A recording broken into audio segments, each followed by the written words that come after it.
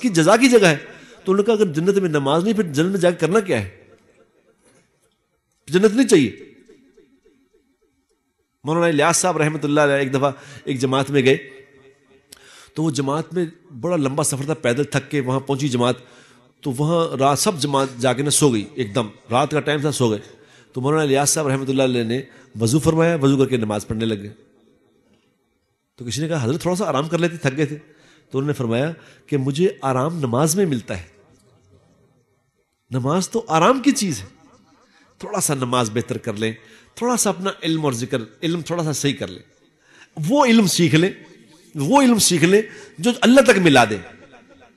میری لاہور میں ایک عورت رہتی ہے, مجھے اس کا فون آیا, اس نے مجھے کہا کہ آپ سے ایک بات کرنی ہے, میرا بیٹا پڑھ کے آیا ابھی باہر سے, سائیکارٹسٹ سائیکالوجی میں اس نے ماسٹرز کیا ہے, تو وہ پڑھ کے آیا ہے وہاں سے سائیکالوجی, تو سائیکارٹسٹ بن کے آیا ہے.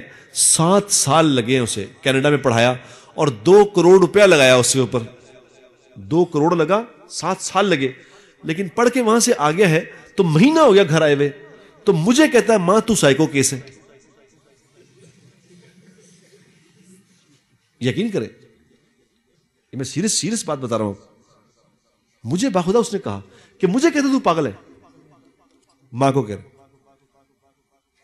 اب میں نے تو اسے کچھ کہا نہیں, میں نے کہا کاش تو اس کو یہ بتاتی کہ ماں باپ کا مقام کیا ہے, یہ تو دین بتاتا ہے. جو صبح اٹھ کے اپنے باپ کو ایک نظر محبت سے دیکھ لے گا, اسے ایک مقبول حج اور عمرے کا ثواب ملے گا. اب بتاؤ, یہ تو دین بتاتا ہے کہ ماں کے پیروں تلے جنت ہے, یہ تو دین بتاتا ہے. جو ماں باپ کی خدمت کرے گا, جو ماں باپ کی خدمت کرے گا, یاد رکھو میرے شہزادو, غور سے سن لو یہ بات, جو ماں باپ کی خدمت کرے گا دنیا میں اللہ اسے بڑا بنا کے چھوڑیں گے. یاد رکھنا, یہ دنیا میں عزت والا بنے گا ضرور. دنیا میں انسٹنٹ ہوتا ہے نا, انسٹنٹ, فوراً. 2 عمل ایسے ہیں جن کا اجر اور جن کی پکڑ انسٹنٹ ہے. ایک ماں باپ کی خدمت, جو ماں باپ کی خدمت کرے گا اس کو اجر انسٹنٹ ملے گا دنیا میں فوراً, آخرت میں ملے گا, دنیا میں فوراً ملے گا. اور جو ماں باپ کی نافرمانی کرے گا اس کو سزا بھی دنیا میں فوراً ملے گی. اور جو نظروں کی حفاظت کرے گا, یاد رکھو کیونکہ جوان لوگ ہو نا تو مشکل ہے ذرا کام, جو نظروں کی حفاظت کرے گا اس کو بھی اجر انسٹنٹ ملے گا فوراً. حدیث میں آتا ہے جو کسی غیر محرم عورت پہ نظر پڑے, اس کا مفہوم ہے غیر محرم پہ نظر پڑے, یہ اللہ کے خوف سے نیچی کر لے, یہ نیچی کر لے تو اللہ اس کے پچھلے سارے گناہ معاف کر دیں اور اسے ایسے عمل کی توفیق دیں گے جو اس جنت میں لے کے جائے گا. اور اس کا تماشا ہم نے خود دیکھا اپنی آنکھوں سے. ایک تو تھا پڑھی کتاب سنی, ابھی ہم برازیل گئے, ہماری جماعت برازیل گئی, تو ایک جگہ ہم نے لوگوں کا کھانا کیا. برازیل کے حالات بہت ہی برے ہیں, بہت ہی برے.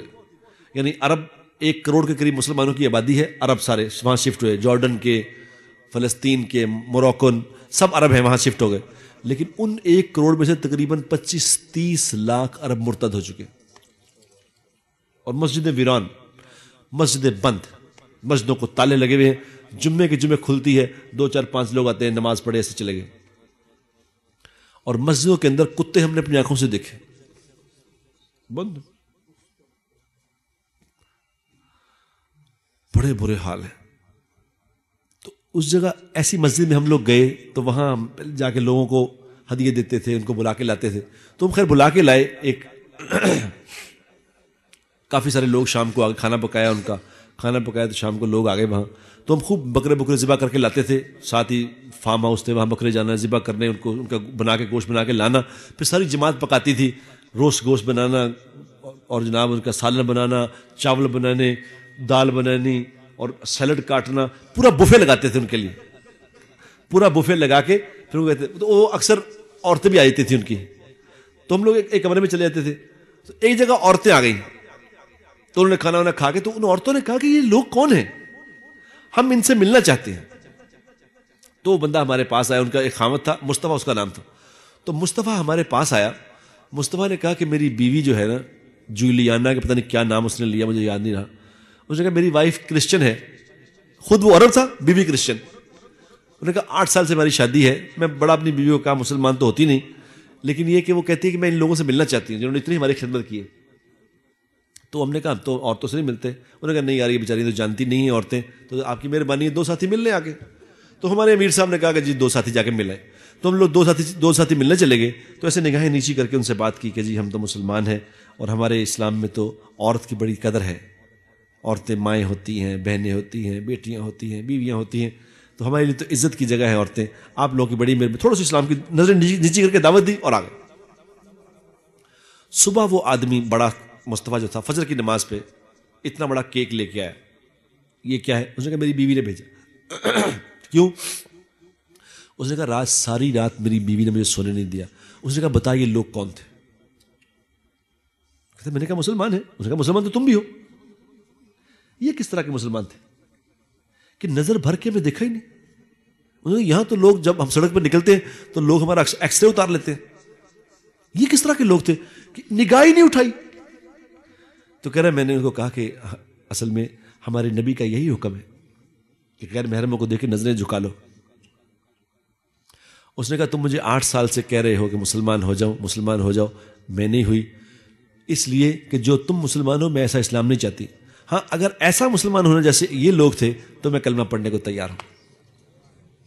تو اس نے کہا رات اس نے کلمہ پڑھ لیا اور مسلمان ہو گئی. اور میں نے اس کا نام ختیجہ رکھ دیا ہے.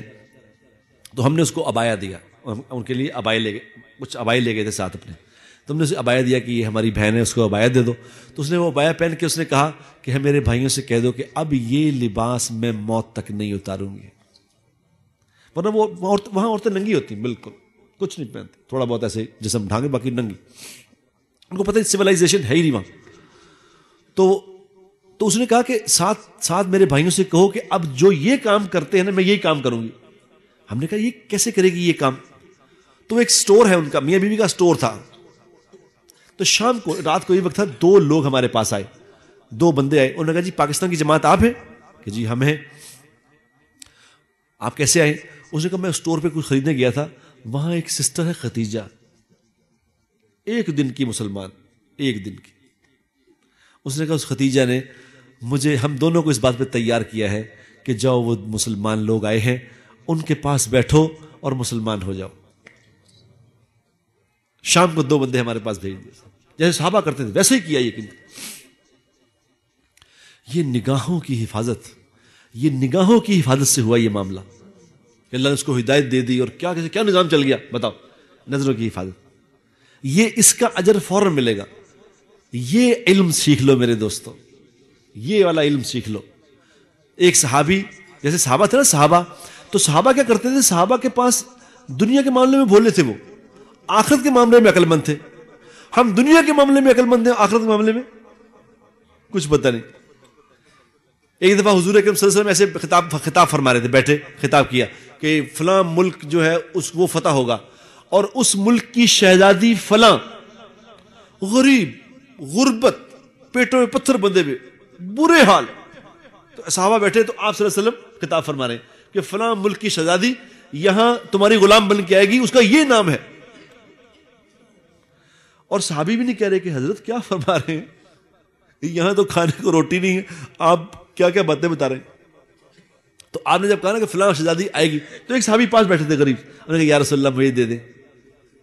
جیسے سے آئی گئی سامنے کہ یا رسول اللہ مجھے دے دیں. آپ نے فرمایا تیری ہوئی. سبحان اللہ. ابو بکر صدیق رضی اللہ کا زمانہ آ گیا، آپ چلے گئے. عمر رضی اللہ کا زمانہ آ گیا، تو اللہ پاک نے اپنے نبی کی بات کو سچ تو کرنا ہی تھا. وہی شہزادی اسی نام کی عمر رضی اللہ تعالی عنہ کے دربار میں پیش ہوئی. تو یہ صحابی وہی بیٹھے تھے، انہوں نے کہا یہ میرا مال ہے، یہ مال اپنا ہی ہے. تمہارا کیسے ہے؟ انہوں نے کہا مجھے اللہ کے نبی نے دیا تھا، یہ مجھے اللہ کے نبی نے دی تھی. آپ نے فرمایا گواہ لاؤ.